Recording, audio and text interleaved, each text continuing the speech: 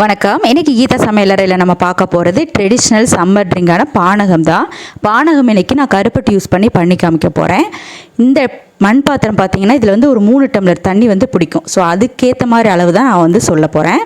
கருப்பட்டி மட்டும் உங்கள் டேஸ்ட்டுக்கு ஏற்ற மாதிரி சேர்த்துக்கலாம். நான் இன்றைக்கி கருப்பட்டியை தண்ணியில் வந்து ஒரு 1/2 hour ஊற வச்சுருக்கேன். அதே மாதிரி சின்ன லெமன் சைஸ் புளியும் தண்ணியில் ஊற வச்சுருக்கேன்.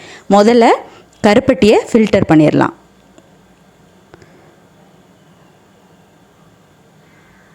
ரொம்ப சிம்பிளாக பண்ணிடலாம், உடம்புக்கு ரொம்ப நல்லது.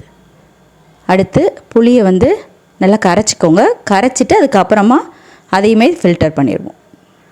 இப்போ கரைச்சி எடுத்தாச்சு. அதையுமே ஃபில்டர் யூஸ் பண்ணி ஃபில்டர் பண்ணிடுங்க. இல்லை நல்லா லைட்டாக அழுத்தி விட்டிங்கன்னா தண்ணியெல்லாம் இறங்கிடும். இப்போ ரெண்டும் சேர்த்தாச்சு. புளியுமே உங்கள் டேஸ்ட்டுக்கு ஏற்ற மாதிரி இன்னும் கொஞ்சம் புளிப்பாக வேணும்னா இன்னும் கொஞ்சம் சேர்த்துக்கோங்க.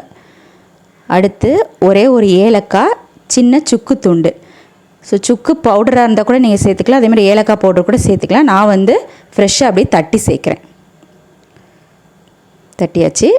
இப்போ அந்த பவுடர் எடுத்து சேர்த்துக்கலாம்.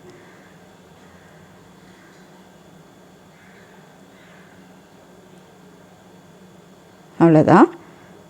அடுத்து கொஞ்சம் உப்பு, ஒரு டேஸ்ட்டுக்காக கொஞ்சம் உப்பு மட்டும் சேர்த்துக்கோங்க. அடுத்து ஒரு 1/2 லெமன். இப்போ 3 டம்ளர் தண்ணிக்கு 1/2 லெமன் வந்து போதுமானது. ஏன்னா நம்ம புளியும் சேர்த்துருக்கோம். ஸோ லெமன் நிறையா சேர்த்திங்க அப்படின்னா ரொம்ப புளிப்பாயிரும். நீங்கள் எல்லாத்தையுமே மிக்ஸ் பண்ணதுக்கு அப்புறமா புளிப்பு டேஸ்ட் கொஞ்சம் கம்மியாக இருந்ததுன்னா லெமன், அப்படி இல்லைன்னா புளியை சேர்த்துக்கோங்க.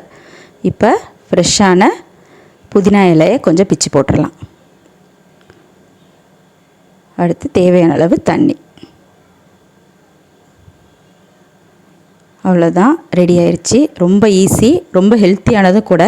கண்டிப்பாக ட்ரை பண்ணி பாருங்கள். ட்ரை பண்ணி பார்த்துட்டு எப்படி வந்தது அப்படிங்கிறத என்னோட ஷேர் பண்ணிக்கோங்க.